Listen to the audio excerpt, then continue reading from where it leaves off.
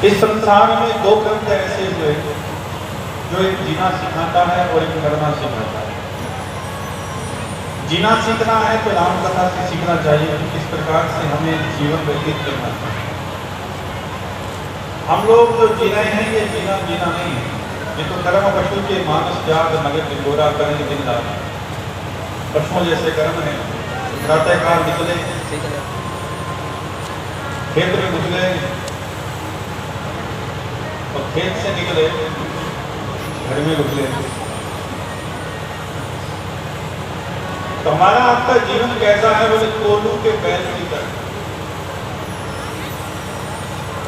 बुजुर्गों को पता होगा कि पहले कोलू चलते थे, कोलू ये चक्की और ये बैलों तो अब आए, पहले कोलू चला गया।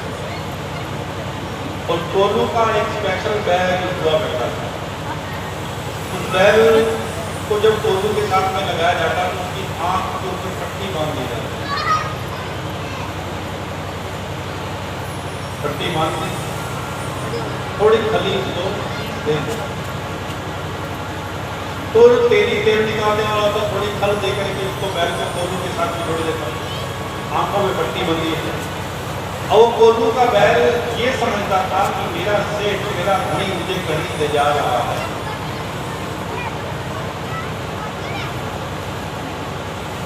फल खिला करके उसको मारता तो वो पीछे उसको चल पड़ता।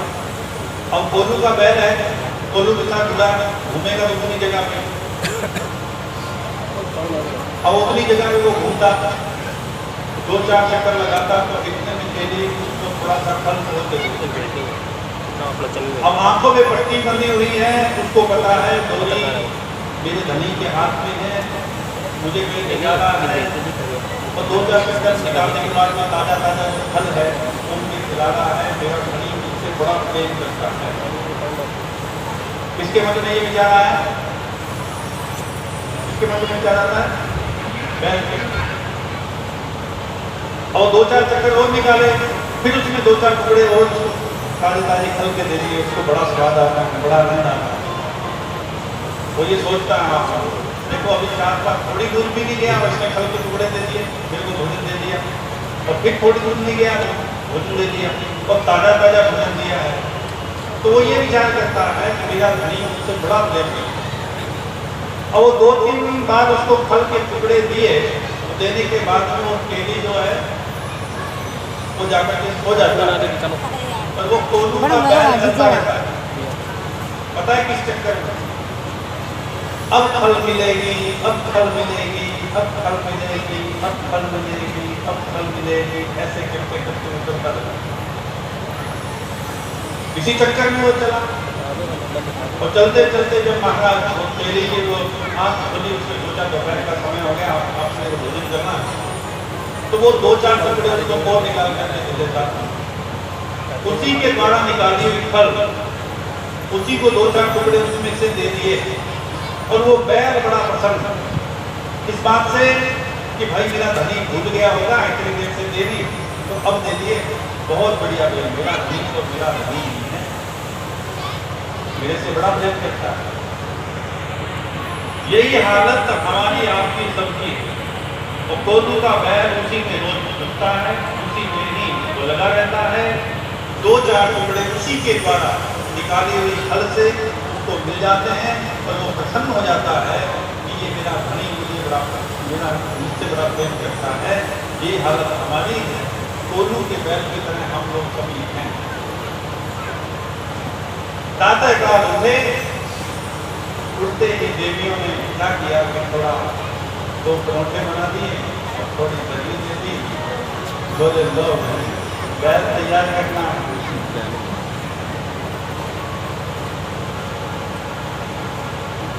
होता कि नहीं होता है ना? अब धनी पति जो है वो बड़ा विचार करता है कि मेरी पत्नी मेरे से बड़ा प्रेम करती है, देखो सुबह उठते ही नाश्ता पानी देती।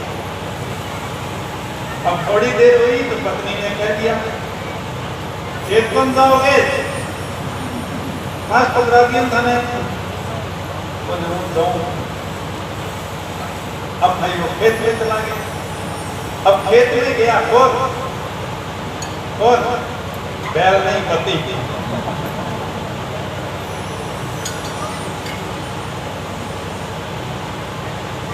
देखो सही बात मुख से निकल जाती है।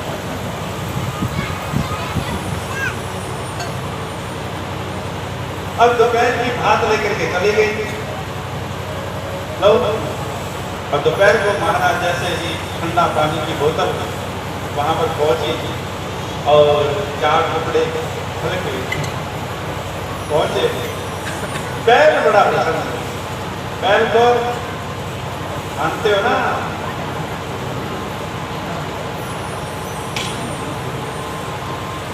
ये भी मान रहा है। तो सारी जिंदगी गोलू के बैल की तरह चलते हैं। हम ये सोचते हैं कि हमारा परिवार हमसे बड़ा प्रेम करता है। हकीकत बात यह है कि रैन गवाई सोई कर दिवस गवाया खाए, हीरे जैसा जन्म था थोड़ी बदले। बुढ़ापा आया, 4 पैर पे वो बैल आ गया। उसके पश्चात जैसे किसान बूढ़े बैल से प्रेम नहीं करता, उसी प्रकार से जब ये इंसान बूढ़ा हो जाता है तो उससे भी कोई प्रेम नहीं करता। 4 पैर पे पड़ा है, डोकरा डोकरी, पोता पोता पुकारते हैं, 10 बार बुलाते हैं, वो 1 बार आता है। बोले डैनो डैंसियो डैंसी ना बनाए ना मारो। जिसके लिए सारी जिंदगी कमाया, आखिर में उन्होंने कहना शुरू कर दिया तो पल्ले अपने कुछ पढ़ने वाला नहीं। पल्ले क्या पड़ेगा? बोले धर्मानुग गच्छति जीवेका। ये कमाई जो आप लोग कर रहे हैं आज से शुरू होगी ना, ये कमाई ही आपके पल्ले करने वाली है, वो कुछ पल्ले नहीं।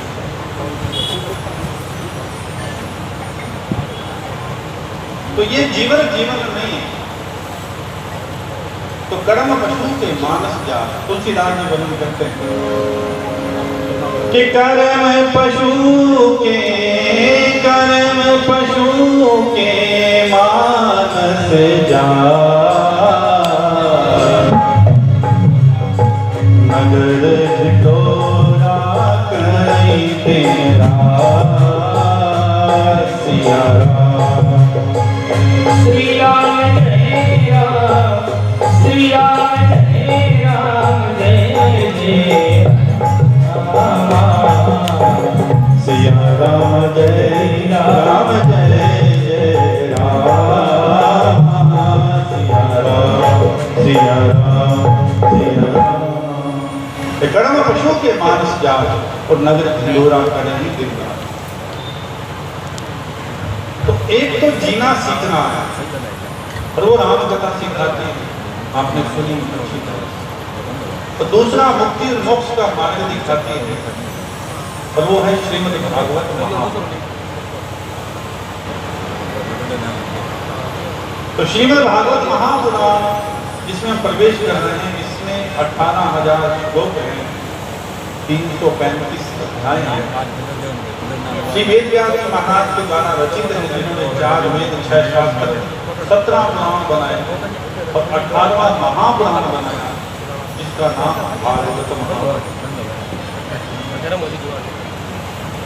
भगवान क्या है इसके बारे में पहले चर्चा की गई। हम कहीं जाए, किसी को साथ में लेकर के जाए और साथ में लेकर के जाए तो वो परिचय तो पूछता ही है कि भाई ये पाक साथ में जो आया है वो कौन। उसी प्रकार जब वेद व्यास महाराज ने इस ग्रंथ को प्रारंभ किया तो पहले इसकी पहचान लिखी कि भगवान क्या है, भागवत क्या है। तो परिचय पूछा गया। वेद व्यास महाराज ने प्रथम श्लोक के अंदर पूर्ण परिचय भगवान का दे दिया कि भगवान क्या है। अर्थात 2 शब्दों में इसको अगर पूरा किया जाए कि भगवान क्या है, तो भगवान में 4 अक्षर हैं, भगवान। अर्थ क्या हुआ? भ माना भूमि, गा माना गगन, वा माना वायु और ना माना नीर। भूमि में, गगन में, वायु में और जल में, जो चारों में व्यापक है, जिसकी सत्ता है, उसका नाम भगवान। भूमि के बिना हम नहीं रह सकते, रह सकते हैं? गगन के बिना भी हम लोग नहीं रह सकते, वायु ना हो तो उसके बिना भी नहीं रह सकते, और नीर के बिना भी नहीं जी सकते। तो चारों में जो व्यापक है, सीधा सीधा अर्थ है, वो भगवान है। इनमें से एक भी वस्तु अगर नहीं हो तो ये जीव रह नहीं सकता, चाहे वो जलचर का हो, थलचर का हो, चाहे नभचर का। तो तीनों में व्यापक जो परमात्मा की सत्ता है उसका नाम भगवान, और अर्थात सच्चिदानंद रूप आया। पहले श्लोक के अंदर वर्णन यहाँ पर किया है भगवान क्या है, उसका पूर्ण नाम पर कि सच्चिदानंद रूपाय विश्वोत्पत्त्यादि हेतवे तापत्रय विनाशाय श्री कृष्णाय ओम नमः। तो सच्चिदानंद रूप आए विश्वोत्पत्त्यादि हेतवे तापत्रय विनाशाय श्री कृष्णाय ओम नमः। भगवान का पूर्ण नाम क्या है? बोले सच्चिदानंद। आप सभी को समझ में आ रही है? अजी पल्ले पढ़ रही है? अरे पल्ले पढ़े हैं? अगर नहीं पढ़ी पढ़ा है तो भी बैठे रहे, आपको साफ का पल्ले पढ़ी आप पढ़ती है। सच्चिदानंद रूप आया भगवान क्या है? बोले सतगण चित्तगण आनंदगण, तीनों को मिलाकर के एक बनता है सच्चिदानंद। सत्य क्या है? जो कल भी था, आज भी है और कल भी रहेगा। तीनों वाक्यों को मिलाकर के एक वाक्य बनाया गया, और तीनों कालों के अंदर जो रहने वाला है वो पूर्ण ब्रह्म परमात्मा ही है। तो ये जीव क्या है? ये जीव कल भी नहीं था, आज भी नहीं है और कल भी नहीं रहेगा। ये संसार क्या है? बोले संसति गच्छति इति संसारः, जो निरंतर आगे बढ़ता रहता है और मिटता रहता है, उसका नाम संसार है। जो कल था आज नहीं है, जो आज है कल नहीं रहेगा, उसका नाम संसार। और जो कल भी था, आज भी है और कल भी रहेगा, उसका नाम सत्य है, वो है परमात्मा। जैसे मटका बना, घड़ा बना, तो घड़ा बनने से पहले भी माटी थी और घड़ा बन गया, उसमें भी माटी है, और जब घड़ा फूट जाएगा तो भी माटी तो रहेगी। इसी प्रकार ये संसार जब नहीं था तब खाली जगह पर परमात्मा थे, जब संसार बना दिया गया तो उसमें भी विद्यमान परमात्मा है, और जब ये जीव ये संसार नहीं रहेगा तो भी खाली जगह पर भगवान रहेगा। है शब्द जो है, तो कौन सा शब्द है? शब्द। है शब्द प्रकृति का वाचन नहीं है, परमात्मा का वाचन। जहां है लग गया वहां भगवान है, और है के बिना कोई भी वाक्य पूरा नहीं हो सकता। ये पंडाल भरा हुआ, आगे क्या लगेगा? बोलो भाई है? और अगर ये बोला जाए पंडाल खाली, तो पीछे क्या लगेगा? है। दोनों वाक्यों में सत्य क्या है? बोलो है शब्द सत्य है। पंडाल भरा हुआ है तो भी है, वहां पर है, और जो खाली है तो भी है शब्द। तो दोनों वाक्यों में जो सत्य है वो परमात्मा है, उसे कहते हैं सत्य। सत्य परमात्मा का अंश। सत्य चित्त, चित्त किसे कहते हैं? चित्त कहते हैं ज्ञान को, और सत्य को जानने के लिए ज्ञान की आवश्यकता होती है। बिना ज्ञान के कुछ भी नहीं हो सकता। ज्ञानी होगे ज्ञान से, अज्ञानी होगे रोए दे दाले दंड है रोक सके ना कोई। ज्ञानी हमेशा कभी ज्ञानी से पूछो कैसे हो, क्या हो, अरे सदा दिवाली साथ की आंखों पर आनंद अनन्य माना, ये ज्ञानी के लक्षण है। और अज्ञानी आदमी को कभी पूछ लो क्या हो, बोले मर गया। क्यों मर गया? बोले वो गर्मी बहुत पड़ा है। तो मिनट मिनट में वो मरता है, मिनट मिनट हमेशा रोता रहता है, किसी न किसी बात को लेकर के वो रोता रहता है। घर में यहाँ है, बाग में यहाँ है, खाने में यहाँ है, मर नहीं सके नहीं, हर बात में वो मरता है। और अज्ञानी हमेशा रोता रहता है, और ज्ञानी हमेशा प्रसन्न रहता है। ज्ञानी विधि राखे राम तागी विधि कहिए सीताराम सीताराम सीताराम कहिए। तो सत्य चित्त, और तीसरा क्या है? आनंद। आनंद किसे कहते हैं? अब आनंद की परिभाषा का ही नहीं पता अपने को। अपने ये सोचते हैं कि सुख को आनंद कहते हैं, असल में सुख को आनंद नहीं कहते। आनंद अलग है, सुख का उल्टा है दुख। सुख है तो दुख भी आएगा, धूप है तो छांव भी आएगी, दिन है तो रात भी होगा। जहां यश मिलता है वहां अपयश भी मिलेगा। धूप, छांव, स्त्री, पुरुष, दिन और रात, हानि और लाभ, यश अपयश, ये भगवान ने जोड़े बनाए हैं, सुख और दुख। तो इसका उल्टा है, अपोजिट है। लेकिन आनंद का कोई उल्टा नहीं है। अगर आनंद का उल्टा है तो बताओ, आनंद का कुछ भी उल्टा नहीं है। तो आनंद घटता नहीं है, आनंद बढ़ता है। और जब आनंद बढ़ता है तो क्या हो जाता है? बोले आनंद का परमानंद हो सकता है, ब्रह्मानंद हो सकता है, लेकिन आनंद का उल्टा नहीं हो सकता, दुख नहीं हो सकता। और आनंद कहाँ से मिलता है? जब भगवान के साथ जुड़ जाते हैं तब आनंद की प्राप्ति होती है। अच्छा, कबीर जी मरने वाले थे, कबीर जी संसार को छोड़ने वाले थे। अब छोड़ने वाले थे तो वो मुस्कुरा रहे थे। कबीर जी से किसी ने पूछा कि आप तो अब ये देह छोड़ने वाले हैं, आपका देह पूर्ण होने वाला है, तो आप हंस क्यों रहे हैं? क्या कारण है आपकी हंसी का? तो कबीर जी ने कहा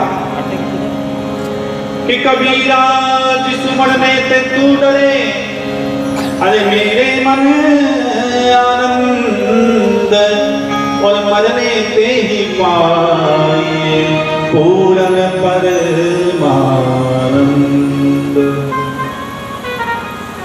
कबीरा जिस मरने से तू डरे, मेरे मन आनंद, और मरने से ही पाए पूर्ण परमानंद।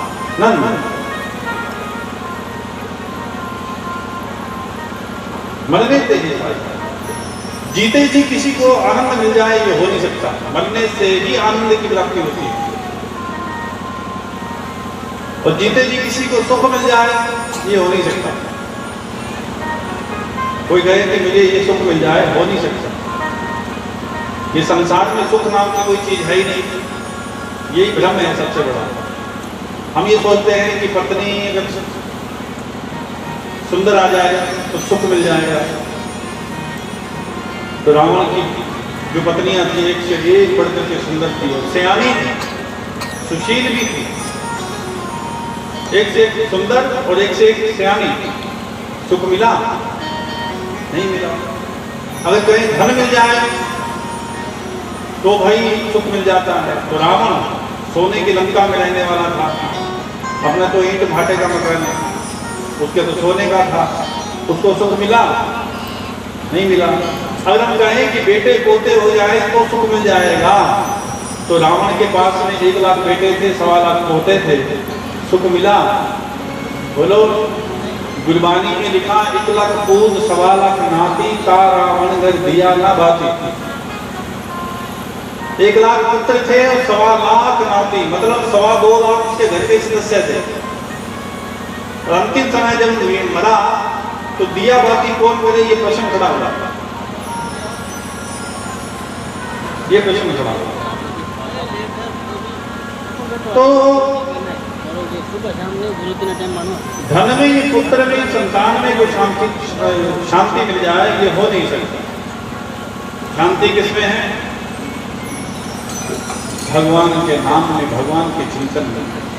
और भगवान का जो हो जाता है तो यहाँ पर लिखा गया सच्चिदानंद रूपाय विश्वोत्पत्त्यादि हेतवे। संसार को बनाने, चलाने, मिटाने वाला वही है। तो जो उसकी शरण में आ जाए, तापत्रय विनाशाय, तीनों के तीनों तापों को मिटा करके अपना धाम प्रदान कर देते हैं। तापत्रय विनाशाय श्री कृष्णाय व्योम नमः। इसलिए भगवान श्री कृष्ण के श्री चरणों में सदैव वंदन करना चाहिए।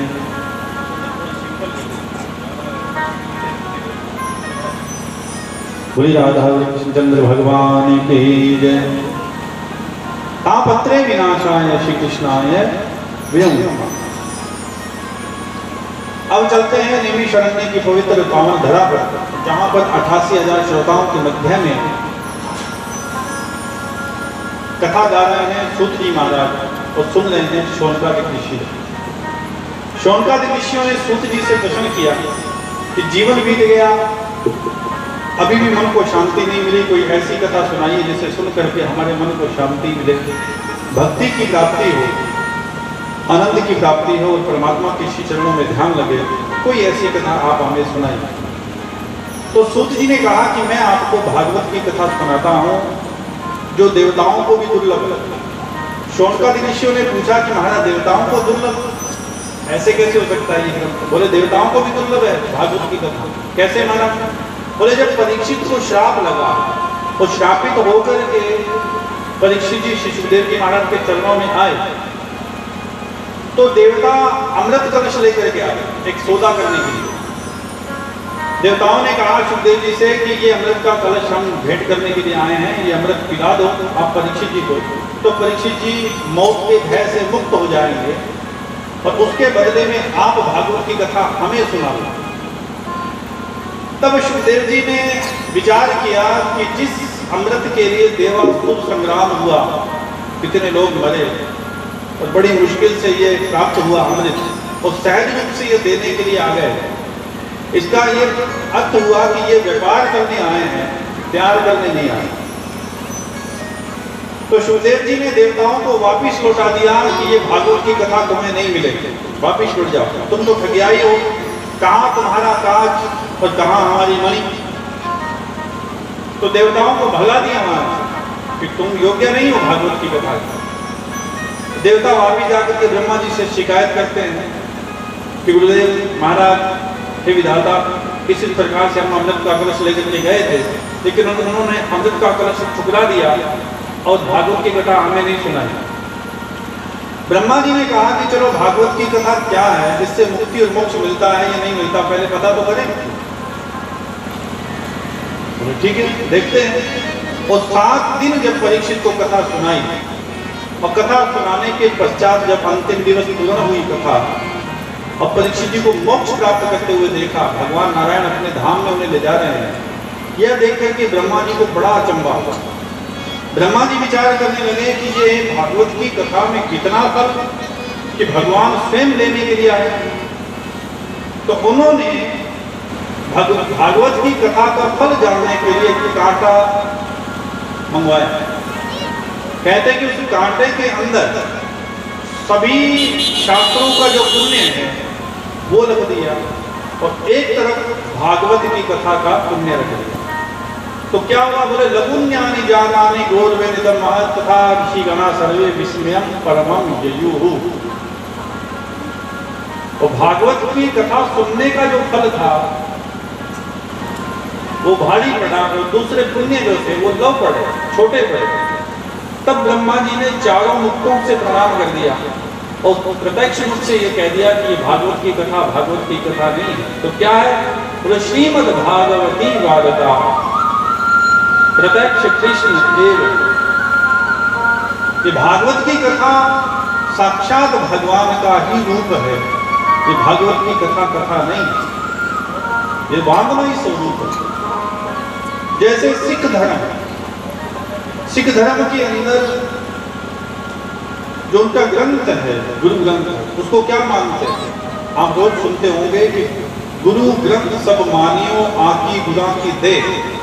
मतलब इस ग्रंथ को ही भगवान का, हमारे गुरु का शरीर मानना, ये साक्षात ये ग्रंथ गुरुदेव है, गुरु का रूप है। उसी प्रकार भागवत क्या है? बोले श्रीमद् भागवती वार्ता प्रत्यक्ष कृष्ण देव ही।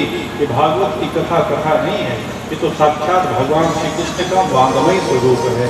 बोली श्रीमद् भागवत महापुराण की। अगला तो कहते हैं दादा का ठीक है, तो भाई जयकारा थोड़ा जोर से लगाया। कहते हैं कि फौज में नगाड़ा जब बजता है ना तो सैनिकों को जोश आ जाता है। बोले या तो मरेंगे या मरेंगे। और सत्संग में जयकारा लगाने से क्या होता है? जोश आ जाता है, श्रोता को भी और वक्ता को भी। बोले या तो तरेंगे या तारेंगे, कोई और तो सुनेगा, इसलिए जयकारा जोर से लगाएगा। जैसे घर में बैठे हुए आप बुलाते ना, पपड़ा कितना बन गया हो? बुलाते नहीं? उसी प्रकार से जयकारा भी जोर से होना चाहिए। बोलिए श्रीमद् भागवत महापुराण की। देखो अपने गांव का नाम बदनाम नहीं होने देना, जैसा नाम है वैसा काम भी करना है। हरिपुरा नाम है, हरि का पुर है, तो हरि के पुर में तो भाई निरंतर भगवान का चिंतन होना चाहिए, जय जयकार होनी चाहिए आते जाते। तो भागवत की कथा सूत जी ने कहा कि मैं आपको सुनाता। पूछा गया कि भागवत की कथा का प्रचार कैसे हुआ, प्रसार कैसे हुआ, कैसे 7 दिनों के अंदर ही इसकी विधि तय हुई, ये सब कारण बताए। तब सूत जी वर्णन करते हैं कि एक बार नारद जी महाराज घूमते घूमते वृंदावन की पवित्र पावन भूमि पर गए और वहां जाकर के उन्होंने क्या देखा, एक देवी बुढ़ापे के अंदर है और उनके पुत्र भी बूढ़े हैं। वृंदावन में जब वो देवी पहुंची तो देवी तो पुनः जवान हो गई, लेकिन जो उसके पुत्र थे वो दोनों के दोनों बूढ़े थे। नारद जी ने पूछा कि देवी तुम कौन हो? बोले मेरा नाम भक्ति देवी। द्रविड़ देश में मेरा जन्म हुआ, महाराष्ट्र में पली बड़ी, लेकिन गुजरात में आगे चल चल के मैं बुढ़ापे के अंदर आ गई, बूढ़ी होने लगी, मेरे बच्चे भी बूढ़े हो गए महाराज। वहां से दौड़ करके मैं वृंदावन में आ गई। वृंदावन में मुझे पुनः यौवन मिल गया, लेकिन मेरे जो पुत्र हैं ये दोनों बूढ़े पड़े हैं। आपकी कृपा हो जाए, आप इन्हें जवान बना दें तो बड़ी कृपा हो। असल में आध्यात्मिक दृष्टि से अगर देखा जाए तो ये भक्ति देवी कोई और नहीं है और ज्ञान वैराग्य भी कोई और नहीं है। हमारे आपके सभी के बीच में भक्ति देवी है और ज्ञान और वैराग्य है। भक्ति तो जवान नजर आती है, लेकिन ज्ञान और वैराग्य दोनों बूढ़े नजर आते हैं। भक्ति करते हुए तो हम नजर आते हैं, लेकिन भक्ति करते हुए तब जब हमारे मन में स्वार्थ हो जाता है ना, तब तो हम भगवान के पास में दौड़ते हैं कि ये स्वार्थ है प्रभु, आप पूरा कर दें तो बड़ी कृपा होगी। लेकिन जैसे वो स्वार्थ निकल जाता है तो फिर हम भगवान को मानते ही। भगवान के द्वार पर भी आए तो हम लोग अपने स्वार्थ को पूर्ण करने के लिए, मैं अक्सर कहा करता हूँ, कोई आवे तो बेटा मांगे, भेंट रुपया लीजिए जी, कहत कबीर सुनो रे साधव बिना विधों को क्या देते। और चालाकी इतनी है हमारे अंदर, पूछो ही नहीं, बहुत चालाकी। एक माता जी अंधी थी, तो बोलो तो नहीं मानो, कहते हैं पेट में गुड़ तो है, तो पहले पूछ लेना चाहिए, पहला ही दिन है, 6 दिन हो तो पूछना लगेगा, बाद में कहीं लाले पड़ जाए मेरे को, पहले दिन ही पूछ लेना चाहिए। वैसे यहाँ हरिपुरा की माता बहुत अच्छी है, मैं आपकी बात नहीं करता। एक माता जी बड़ी लाल, लेकिन वो भक्ति में थी, भगवान की भक्ति करती, अंधी थी बेचारी, लेकिन उसके मन में इच्छा थी कि मुझे सब कुछ मिल जाए। एक उसका पोता था,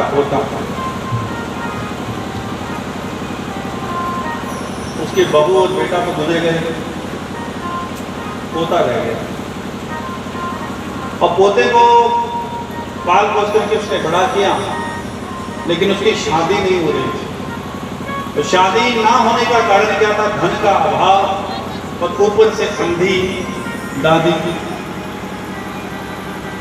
कोई भी रिश्ता लेकर के आता तो वो विचार करता कि भाई इस अंधी की भी सेवा करनी पड़ेगी, ऊपर से धन इनके पास में है नहीं, तो रिश्ता वापिस लौट जाता। आखिर में उस दादी ने ऐसी भक्ति की भगवान की कि भगवान को प्रसन्न होना पड़ा। भगवान प्रसन्न होकर के आए और कहा कि मांगो। माता जी क्या मांगनी चाहते थे? अब माता जी ने सोचा कि मैं मांगू तो दोगे? बोले हाँ दूंगा तो जरूर, लेकिन वरदान एक ही दूंगा। अब एक वरदान देंगे, समस्या हो गई। अब वो अंधी अगर आंखें मांगे तो पैसा नहीं मिलेगा, और पैसा मांगे तो आंखें नहीं मिलेगी, और बेटे की शादी पोते की शादी मांगे तो दोनों चीजें की मिलेगी, ना पैसा मिलेगा ना आंखें मिलेंगी। चाहिए तीनों कंपल्सरी, बहुत जरूरी। और तीनों मांगे तो मांगे कैसे? भगवान ने कह दिया वरदान मैं एक ही दूंगा, चाहे तो तू आंखें मांग ले, चाहे धन मांग ले, चाहे तो तू पोते की शादी मांग ले, लेकिन वरदान एक ही लाइन में होना चाहिए। और दादी ने कहा 2 मिनट देंगे आप? भगवान ने कहा हाँ 2 मिनट है, दे लो आप, ठीक है। दादी ने अपना दिमाग चलाया लोमड़ी जैसा, और दिमाग चलाते ही दादी ने कहा ठीक है वरदान एक ही चाहिए। बोलो माता जी क्या चाहिए? बोले वरदान में आप मुझे दें, मेरी इच्छा है कि मैं अपने पोते की शादी। अब शादी के बाद आई तो भगवान मुस्कुराने लगे, बोले पोते की शादी मांग रही है तो अंधापन भी दूर नहीं होगा, धन भी नहीं मिलेगा। लेकिन वो माता जी की चालाकी देखो, माता जी ने कहा कि मैं अपने पोते की शादी सोने के सिंहासन पर बैठ करके देखूं, ये मेरी इच्छा है।